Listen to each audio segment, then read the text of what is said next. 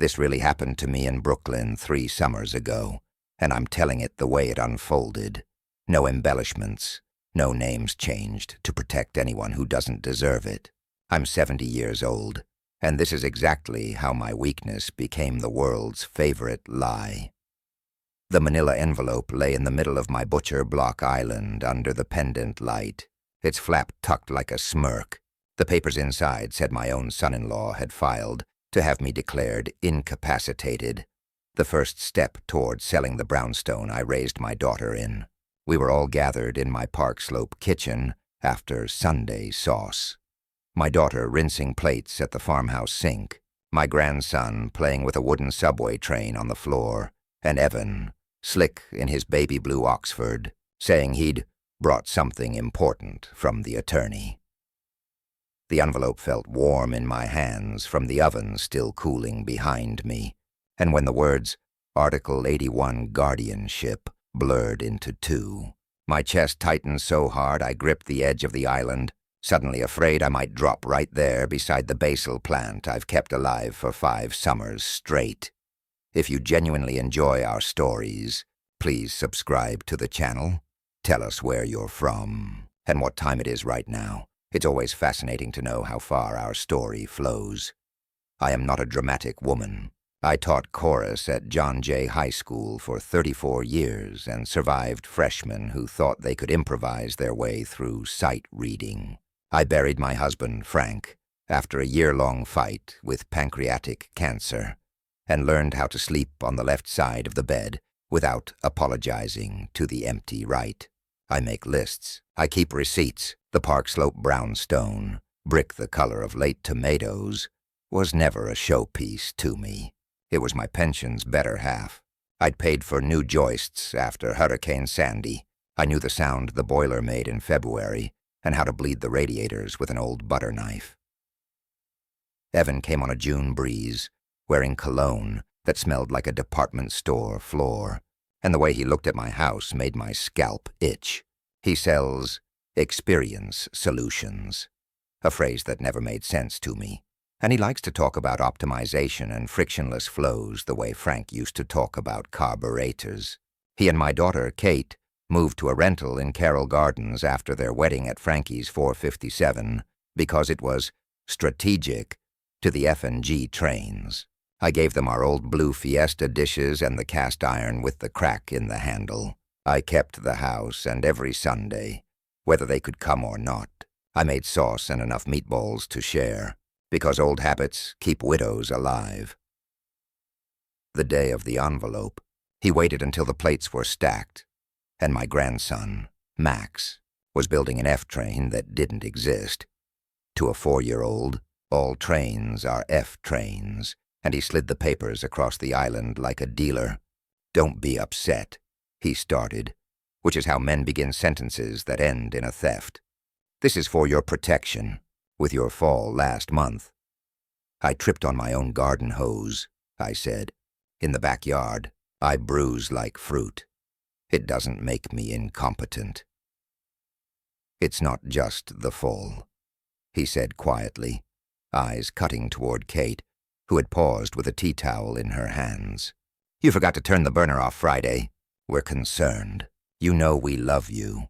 And then Kate, my late summer baby who once had colic so bad I paced the living room for 6 weeks straight, spoke without looking at me. "Mom," she said, and the word cracked like ice, "this is temporary, just so we can help you with decisions for a while." I should have screamed.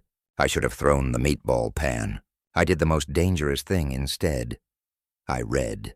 Under the fluorescent lamp, its chain tinkling when the air conditioner kicked on, I skimmed the affidavit from a doctor I had never met, the draft order naming Kate my temporary guardian, and the addendum Evans's attorney had helpfully included: consent to list the property at market rate, with a brokerage on 7th Avenue.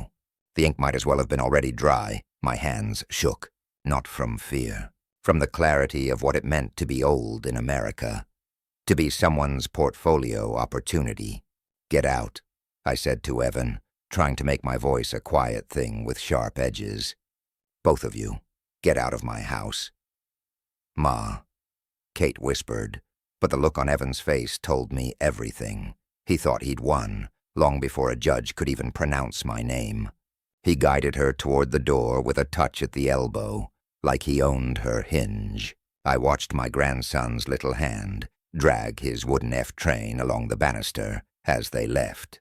When the door closed, the basil plant brushed the window, heavy with leaves, and I pressed my palms flat to the envelope, feeling the future warm under my skin. The next morning, I sat at Tate on Court Street with a cappuccino that went lukewarm while I wrote 2 lists, what they knew and what they didn't.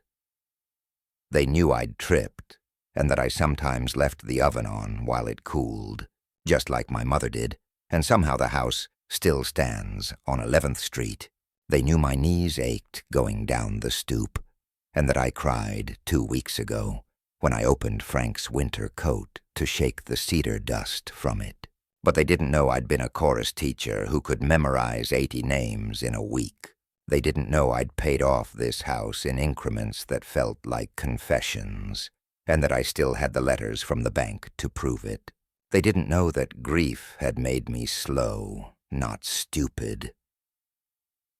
On my laptop, I pulled up the New York Unified Court System and searched my name. There it was, in the matter of RM, guardianship proceeding, Kings County Supreme Court. Petition filed. Preliminary hearing set at 360 Adams Street. If you've lived in Brooklyn long enough, even the courthouse has the weight of a neighbor you don't like. I clicked the PDF and printed it at the Tate printer so it felt real in my hands. At the Chase on Court Street, Mr. Bernstein, who'd known me since Frank and I opened our first joint account in 1977, frowned at the screen when I asked if there had been any new activity. He went quiet the way bankers do when they're lining up a thought and worry the customer might slap it. "There's a new application here," he said finally, "for a joint convenience account with Kay Hastings. It's pending. Sometimes family members—" "I did not authorize this," I said, keeping my voice level. "And I am not dead." He swallowed. "Nothing is open yet. You're protected, so long as you don't sign anything." When I walked out into the heat, the air tasted like hot iron. On the corner, a kid on a fixie blew past a woman with a stroller, and everyone staggered and swore. The stroller baby laughed anyway. I texted Kate twice and called once, and when she didn't answer, I texted Evan. "Do not contact my bank. Do not contact any broker. See you in court." He replied with a thumbs-up emoji, which is what cowards do with their hands when a handshake would reveal their grip. At home, the brownstone held its heat like a kiln. I watered the basil and the snake plant, then pulled the collapsible stepladder from the pantry and climbed slow, careful, until I could reach the shoebox on top of the kitchen cabinet. Inside were the things I keep that tell me I'm real. Frank's last Father's Day card, the original deed, our first tax return, the mortgage satisfaction letter dated 1999. I took the letter in both hands like a Bible and read it out loud, whereas the undersigned corporation, holder of a certain mortgage made by names, dates, the typewriter font. I cried then, salty and quiet, not from fear, from rage's first step, recognition. I'm not a lawyer, but I've had 34 years of dealing with kids who thought the rules were for someone else. I called Brooklyn Legal Services and asked if they handled Article 81 cases. A woman named Nona said they did. And when she heard my age and the words pre-listing agreement, she set me for a consult the next morning. "Don't sign anything," she said in a voice that might have belonged to one of my altos, all grit. "And if a social worker arrives at your door without an appointment, don't let them in." So when the knock came at 6 that evening, like she had predicted it would, I leaned out the upstairs window before I unlocked the gate. The woman below wore a lanyard and an apologetic expression. "Good evening, Ms. M," she called. "I'm with Adult Protective Services. We've had a report of self-neglect. I'm making eggplant," I called back. "That's practically self-love. May I come in?" "You may make an appointment," I said, and I gave her Nana's number with satisfaction, sweet as sugar. She wrote it down, still polite, still persistent. But rules are rules, even when someone is working very hard to rewrite them around you. When it got dark, I sat on my stoop with a seltzer and watched the windows across the street click on one by one, like the neighborhood saying its evening prayers. My phone buzzed with a new message from a number I didn't recognize. A photo opened. My brownstone's facade, shot at a flattering angle, the kind brokers use to make a place look taller, cleaner, younger. The caption was almost a purr. "Coming soon, Prime Park Slope, 4BR Townhouse. DM for details." I stared at my own front door on a stranger's screen, and the seltzer fizz snapped in my ears like fat on a pan. Whoever thought I was weak had already ordered the ribbon for the bow. I typed to the number, "Take it down. Final warning." 3 dots appeared, vanished, then appeared again like the person behind them was trying to decide whether to speak to me in words or money.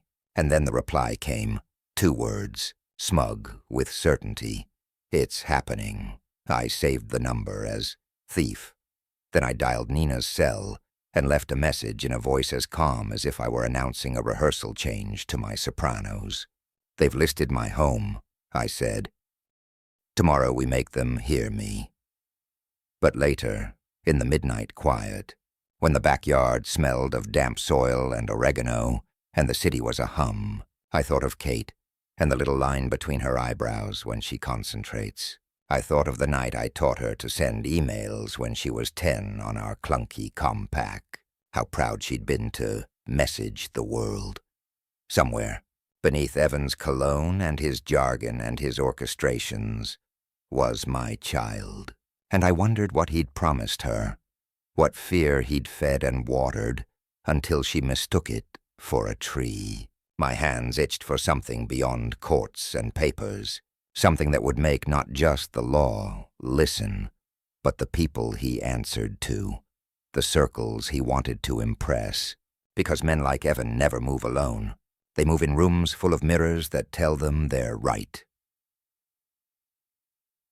At 9 the next morning, Nina's office smelled like toner and old carpet and stale coffee, the scent of every small nonprofit that has ever saved a life. She's tiny and fierce, with a gray streak in her hair like lightning caught mid-strike. "We'll file an answer," she said, tapping the petition with a pen. "We'll ask for an independent neuropsych evaluation and a home assessment. We'll subpoena the broker and the doctor who signed this affidavit, and we'll put them on the back foot right now." "How?" Nina smiled like an alto who'd conquered a high C. "We file a motion to stay any property transactions pending the hearing, and we drop a courtesy copy on the brokerage this afternoon, so they understand what contempt means." "Do you think he believes he's just helping?" I asked, surprising myself. "Do you think he actually thinks I'm helpless?" Nina said, and her eyebrows rose. "No, he thinks you're valuable, and he thinks he's entitled." We went to 360 Adams Street, where the security guards know first names, and the line at the metal detector is a slow, patient parade. We filed the papers. Nina stamped them with a sound I wanted as my new ringtone. In the hallway, a man in a suit brushed my shoulder and said, "Watch it," like I'd stepped into the path of his birthright. I looked him in the eye until he glanced away first. After, I walked 2 blocks to Junior's on Flatbush and ordered coffee and the kind of slice of cheesecake that makes a person remember there are good things that have nothing to do with the law. While I ate, my phone buzzed. It was a voicemail from the number I'd saved as thief. Evan's voice, casual and efficient, like he was ordering a salad. "We'll need the photographer to do interiors by Friday. but we'll make it look occupied so there's not a squatter vibe. And yes, still hush. The old woman doesn't know we're listing yet. This will be good for everyone." He laughed in a way that made my molars press together. New York is a one-party consent state. A useful thing to remember. I saved the voicemail twice, emailed it to Nina, then forwarded it to myself at 2 other addresses like a squirrel, burying nuts at different corners of the yard. When I looked up, the waitress had left the check, with a "have a sweet day" scribbled on it, and outside, a twice-driven town car idled at the curb. In its back seat, Evan scrolled his phone and smiled at the glass like it was a mirror. He did not see me. Predators rarely look down when they think the meal can't run. I had choices to make. Courts are the long road, but perception moves faster. Men like Evan are protected by employers who love sociable wolves and country clubs that confuse money with merit. Frank's best friend from the Navy, now a private investigator who still answers the phone like he's on a ship, owed me a favor. I dialed. "You still got that camera with the long lens, Pete?" I asked when he answered. "For you, Ruth," he said. "I've got the long lens, the longer memory, and a file folder that makes men's voices go high." "Meet me by Carroll Park at 4, I said. "We have a house to unsell." And as I gathered my bag, checked my phone, and slid the cheesecake fork back onto the plate, I felt something I hadn't felt since the day Frank and I signed the mortgage satisfaction. Like a door inside me opened onto sunlight, because it wasn't just about keeping my home anymore. It was about telling the story before someone else finished it for me. And stories, sung right, have a way of making even wolves lose their teeth. When Pete sat beside me on a green bench under the London plane trees at Carroll Park, he wore a Mets cap and sunglasses so mirrored they reflected the pigeons as they bobbed. He had aged the way ship hulls do, scarred, stubborn. I told him everything, and he listened without interrupting, his jaw tightening only when I said the words, "My own daughter." "We'll keep her separate," he said. "Focus on the shark. You got a plan?" "We need proof he's moving on the house despite the stay," I said. "We need faces, names, and we need to send it where he can't spin it." Pete scratched notes in a little book. "Who's the broker?" I showed him the "coming soon" post. My steps edged artfully, the stoop plant inexplicably fuller than it ever was. The watermark says, "Town and Nest." In Brooklyn, every brokerage sounds like a children's book. Pete nodded, and we started walking toward Court Street, our pace a kind of prayer. At the Town and Nest office, staged like a living room, a woman with a shark-tooth necklace tried to smile me into silence. "We don't discuss prospective listings," she said. "You discussed me without me present," I said, and set the stay order on the desk so the ink faced her like a mirror. "That would be contempt." Her smile curdled. "Let me get my manager." While we waited, Pete stepped back outside and angled his phone at the glass. His mirrored shades made him look like a bird. He caught a quick shot of a whiteboard near the receptionist desk. In blue marker, my address, a too optimistic number, and owner, K.H., daughter. He sent me the photo like he was sending an all-clear. When the manager arrived, she radiated a crisp competence that made me wish she had been on my side instead of the sharks. "We'll be suspending any activity on this address," she said, knowing we knew. We were under the impression. "Men like him take impressions," I said sweetly, "because age entitles you to a certain level of sugar-coated poison. They never check the negatives." Outside, Pete and I turned onto President Street and watched as Evan appeared at the far corner with a man we didn't recognize, both of them stepping into a bodega for bottled water, talking in a fast, purposeful way. "That the photographer?" Pete muttered. The stranger emerged holding a softbox bag and a camera backpack, so the word seemed answered. We trailed them to my block at a distance that would have made young me nervous and 70-year-old me smoked with resolve. They stopped one door down, conferred, then turned their heads my way. For a split second, Evan's eyes passed over me like a shadow. He didn't see me. He was looking past me, to the money. Pete raised his camera, lens long as a forearm. "Smile, you grubs," he said, as the shutter clicked. Evan rang my bell. I did not answer. He rang again. I let the ring echo through the hallway and die like a mosquito. The photographer set the softbox down and drummed his fingers on it, bored, while Evan made a third call. "She's not home," he said to whoever was on the other end. "Yeah, keep it moving. We'll list as drive-by only and say the tenant's uncooperative." Tenant, not owner. I could feel my pulse in my gums. Pete's camera clicked again.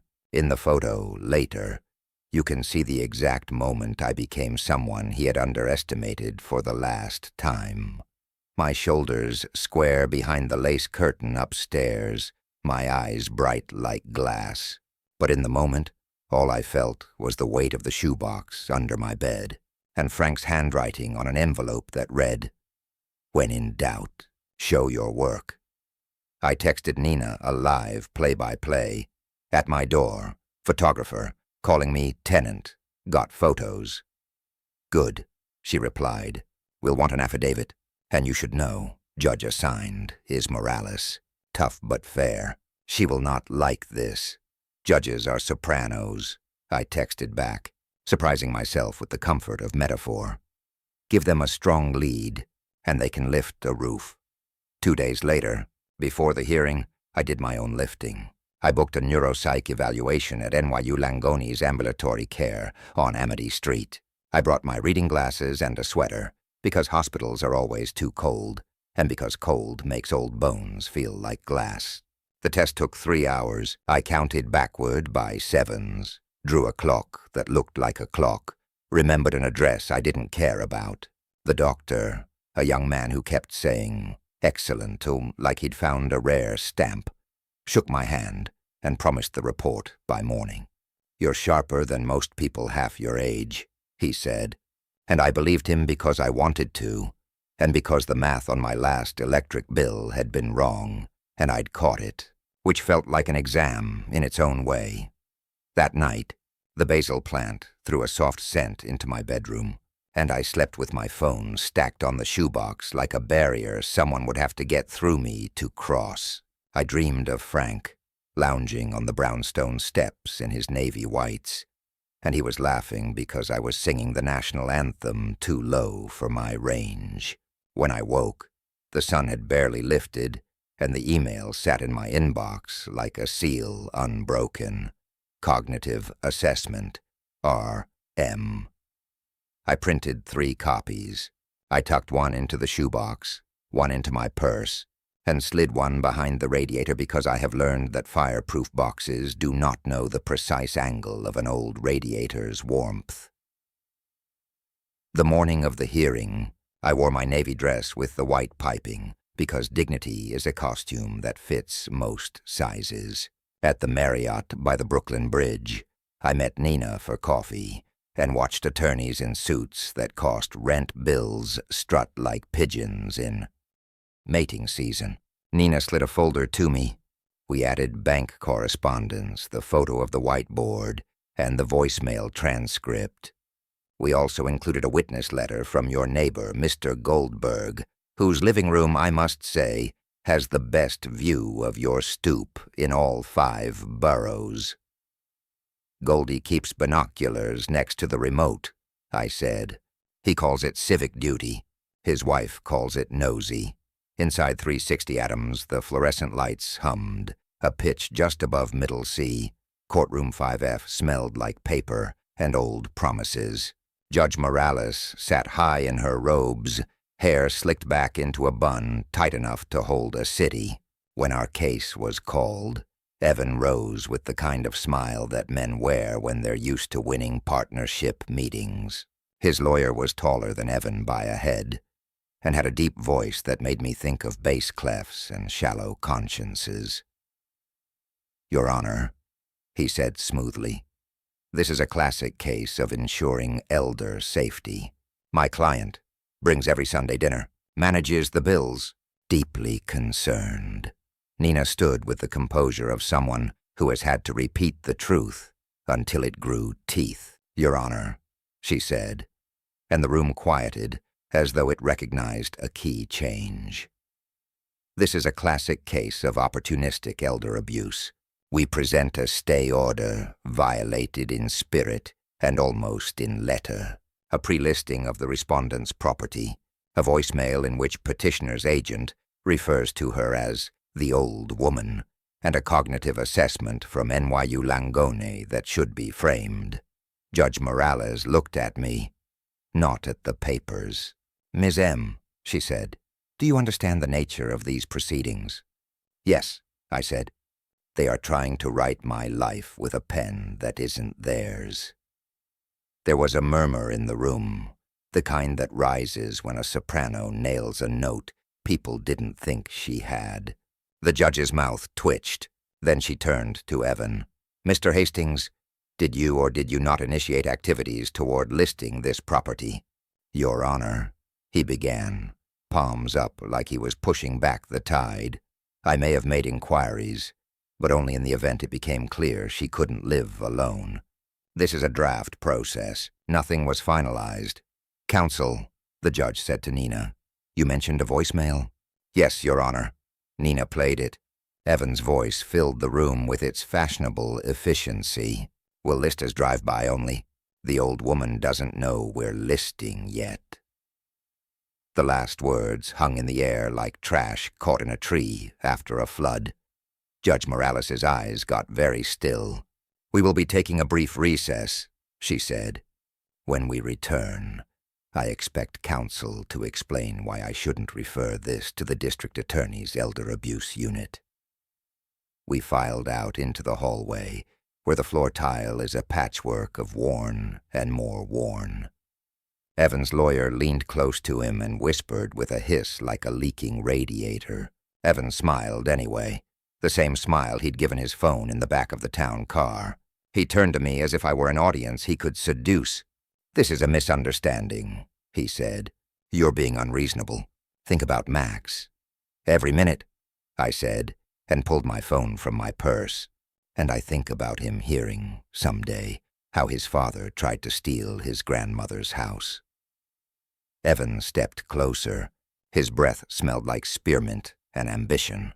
"You won't outlast me," he said softly, the way men do when they think their mouths are private spaces. "You'll get tired." "I don't. I hit record." "New York is a one-party consent state."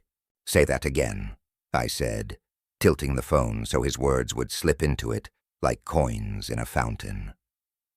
He glanced at the phone, then at me, and for the first time, his eyes flicked. "You're making this ugly," he said, but the veneer cracked around the edges of his voice, showing the MDF underneath. "Ugly," I repeated, putting the phone away. "You haven't seen ugly." What he saw seconds later was Pete stepping out of a side hallway with a man I didn't recognize, thick through the shoulders, mustache like a slash, who introduced himself as Detective Falco from the DA's office. "Ma'am," he said to me, "we got a heads up from legal services about the brokerage activity."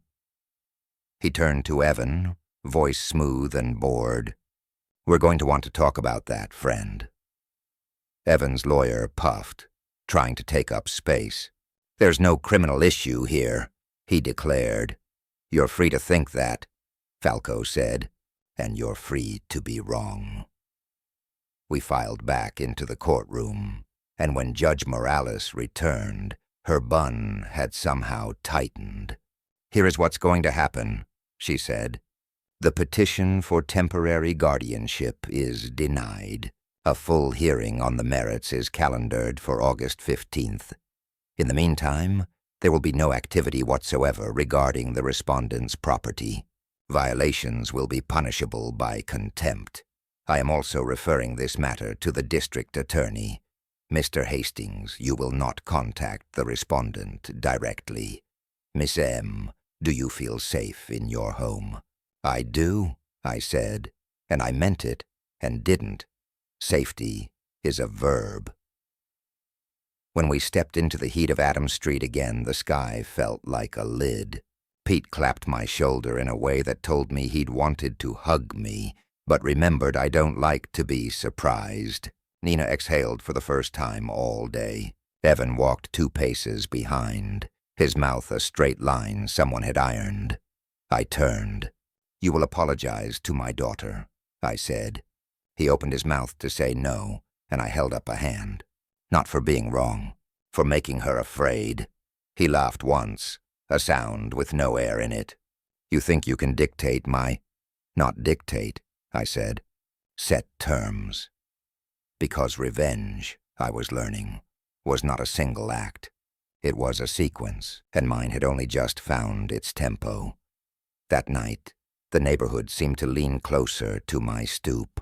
Goldie from across the street pretended to water his window boxes at 10 p.m. and shouted, "Good show today," even though what we had done was closer to mass. A woman I didn't know slipped a paper bag onto my top step like a secret.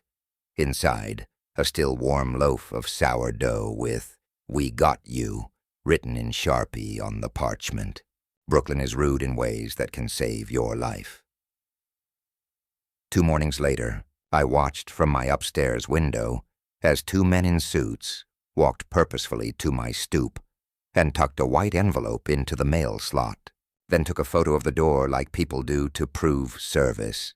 The letter was from Town and Nest, a formal apology for any misunderstanding, a statement that they had ceased all activity, and, tucked behind it like a tail, a separate letter addressed to Evan with the subject line, "Termination of representation." I put both in the shoebox and felt the basil sigh in the window like it had finally found the exact angle of son it loved best. Then came the second wave, because villains always believe in third acts. Kate arrived alone with coffee from Cafe Regular and hands that wouldn't stop moving. We sat at the Butcher Block Island, where the first betrayal had lived for an hour, and took our time finding our way to words. He said, "You're trying to make me choose," she whispered, licking her bottom lip the way she used to before recitals. He said, "This is about you not trusting me." "This is about me not trusting him," I said gently, and slid the neuropsych report across the island. "This is about facts, and about paper. You taught me to email the world, remember? Paper is the old world's email." She read, and the lines around her eyes, lines I remember from the day she learned to swim without water wings, softened. "Mom," she said finally, and the word sounded like it had when she was small and discovered I had pockets where extra mints lived. "What if I've been wrong?" "Then you will stop," I said, "because mercy is part of revenge when you're a mother. And then we will fix what can be fixed, and then he will face what he did."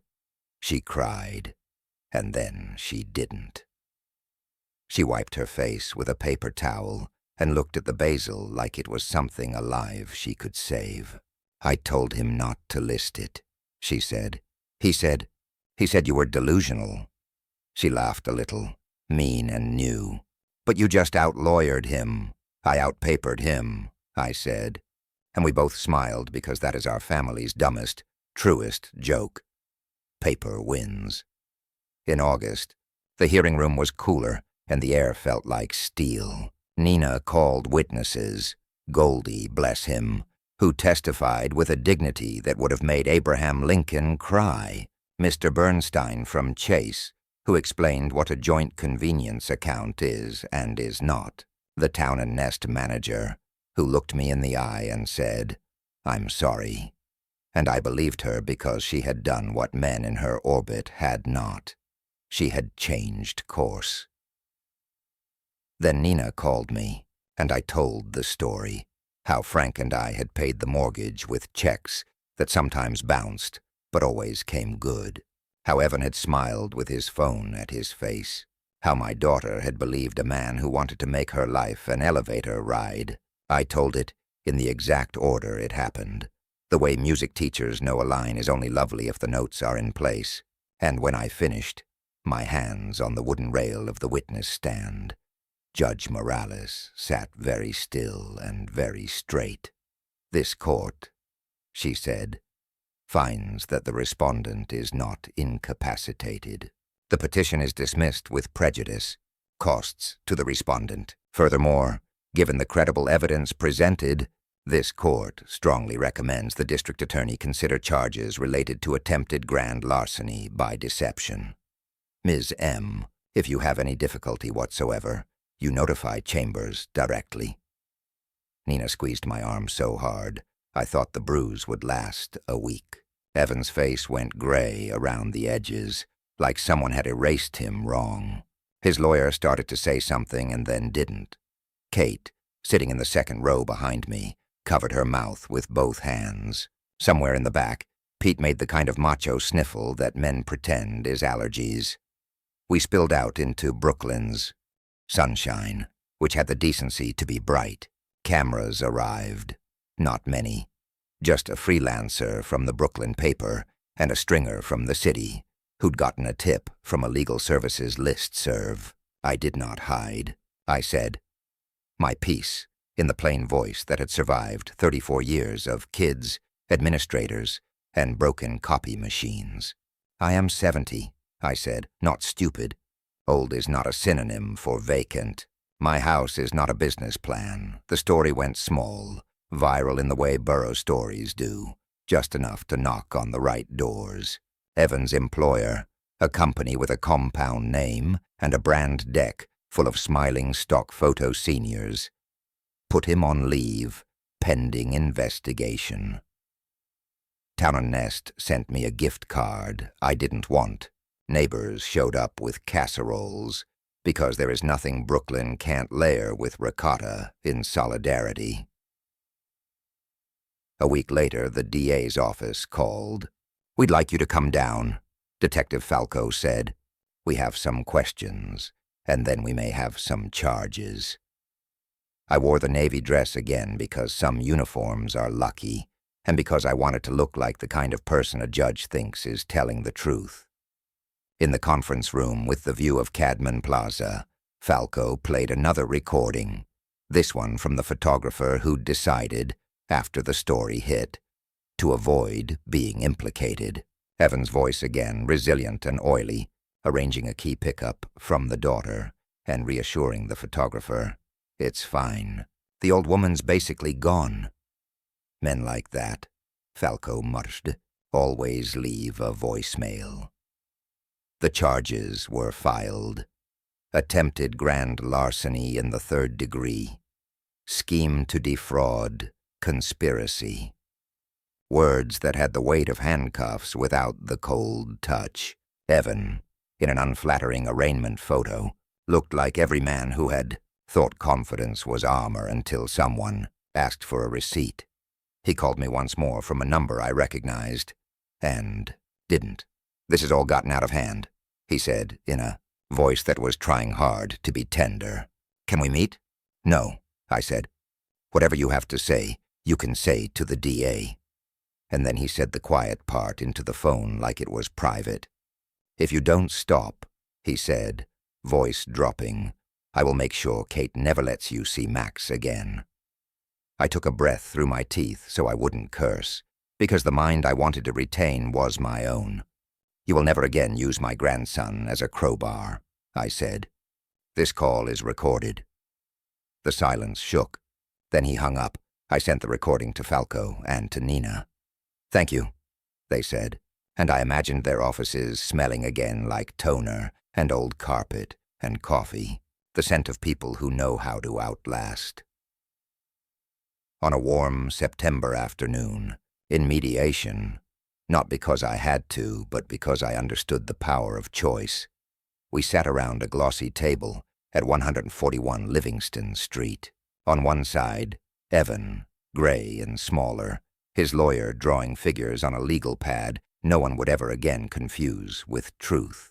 On my side, Nina, luminous, and Pete, who'd practiced his "you're doomed" face in the mirror and nailed it. "We're prepared to resolve," Evan's lawyer said. "No admission of wrongdoing.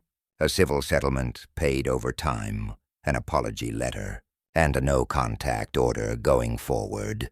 Mr. Hastings will resign from his employer to spend more time with family," he added, the lie dressed in Sunday clothes. "I don't need his apology," I said, "and I don't need his money unless it makes him feel what money is when it goes the other direction. Here are my terms." I slid my paper across the table, my pen underlining the sentences like a metronome. 1. He pays all my legal fees and a donation in my name to Brooklyn Legal Services equal to what he would have paid a broker at the inflated price he imagined. 2. He signs a sworn statement that he attempted to list my property without consent and that he misrepresented my capacity to multiple parties. 3. He agrees to supervised visitation arrangements with my daughter and grandson until a family counselor determines his influence is no longer coercive. 4. He will never again set foot on my stoop. Evan's lawyer sputtered. "These terms are humiliating. They are accurate," I said. "Accuracy sometimes feels like humiliation when you've lived on a diet of flattery." Evan looked at me then, really looked, and I watched comprehension dawn like a slow, unwanted sunrise. He signed. My pen wrote his name better than he did. When we walked out, Nina linked her arm through mine because sometimes even the strong want to feel it. "You're a menace," she said. "I'm a choir teacher," I said. "We're the kindest menaces there are." Back home, I set the settlement in the shoebox, where the deed slept, and slid the box under the bed with a gentle kick. I watered the basil and clipped a handful for the sauce. The Sunday crowd returned in trickles. A neighbor with a new baby, Mr. Bernstein and his wife, who brought a bottle of red so cheap it could only be honest, Goldie with binoculars around his neck, like jewelry. Kate came with Max in a Mets cap 3 sizes too big. She hugged me at the door, not a daughter's hug or a mother's hug, but something between, an apology and a beginning. "I'm so proud of you," she whispered, and I smelled her hair the way I did when she was small, sun and shampoo and a note of playground. Max held up his wooden F-train. "Grandma," he said solemnly, "it goes everywhere." "It does," I said, "and it always comes home." We ate at the Butcher Block Island. The sauce was right. The meatballs were round and respectful of their role. The basil tasted like it had known the plan all along. We spoke of little things, the way the F-train always insists on being late when it rains, the new librarian at the Park Slope branch who has started a seniors' book club and bans boring books. We spoke gently of trust, too. We did not say Evan's name. 2 months later, a check arrived from Evan's now former employer, marked severance, which made me snort so hard I had to sit down. I endorsed it to Brooklyn Legal Services and walked it to their office myself. The way you carry something you want to be sure finds its way. Nina laughed when she saw the amount, and then cried, in a way that made me stare at a bulletin board until she finished. "Sometimes," she said, "we get to win loud. I planted bulbs in the backyard that fall. Tulips for the show, daffodils for the cheer, crocuses because they arrive first and pretend it matters most." As I pressed each papery heart into the ground, I thought about weakness and the world's certainty about it. I thought about how easily a story can be taken if you leave it untold. I thought about the courtroom's fluorescent light, and Judge Morales's jaw, and Detective Falco's bored kindness, and Pete's long lens catching wolves in better light than they deserve. I thought about the letters in the shoebox, sleeping like good soldiers, ready to wake. Winter came, and then left, grudging. In April, the tulips went absurd, as they always do, and the neighborhood kids made faces at them like they were cousins who'd chosen weird clothes. I joined the seniors' book club and annoyed everyone by insisting on reading James Baldwin aloud. I wrote a letter to the editor that the Brooklyn paper didn't print, but that I taped to my refrigerator anyway. And one bright morning, Kate and Max came up the stoop, and Max presented me with a school assignment. Write about someone brave. He'd drawn me with a cape, because children are more practical about metaphors than adults. Underneath, he'd written in misshapen letters, "My grandma was brave because she kept her house." I wanted to tell him that bravery is just a good plan carried out to its end, and that fear sometimes makes the finest assistants. I wanted to tell him that I hadn't kept my house so much as I'd kept my name tied to it with a rope no one could cut. Instead, I kissed his hair and taped the paper next to the letter to the editor, a gallery of stubbornness in magnets. Do not mistake me. I am not young. The stoop is taller than it was. The boiler moans more in February. I say the names of my dead out loud in the kitchen, so they don't feel like I'm hiding them. But when I walk past the basil plant in the evening, and it lets loose that gust of green, I feel the exact opposite of weak. I feel like a chorus teacher in a hot gym, baton tapping, about to raise 40 voices into one note that will vibrate the rafters. Sometimes I catch myself watching the door the way Goldie does, vigilant and a little bored, and I think of Evan's face in the hallway, the crack in it, and how it echoed 1,000 men before him. I think of how tempted I was to speak only in anger, and how instead I chose paper and the slow dignity of rooms with flags. I think of the chill there, the humming light, the echo, when the judge said, "Dismissed with prejudice," and how the words felt like a coat that fit. And when the house goes quiet late, when the clock in the living room ticks with the same patient click Frank used to make when he was figuring out how long a job would take, I sit at the butcher block island and run my fingertips over the grain of the wood, counting the rings someone else cut long before this kitchen existed. The world will always try to sell you its certainty about your frailty. It will package it, notarize it, list it with a smiling broker. I say this to you because it's the truest thing I know at 70. Weakness is a story other people write when they think your voice is too small to be heard over theirs. I learned how to sing children into harmonies that made ceilings lift. So when the world picked up its pen to draft me into silence, I did what I've always done. I raised my voice, and the room had to listen.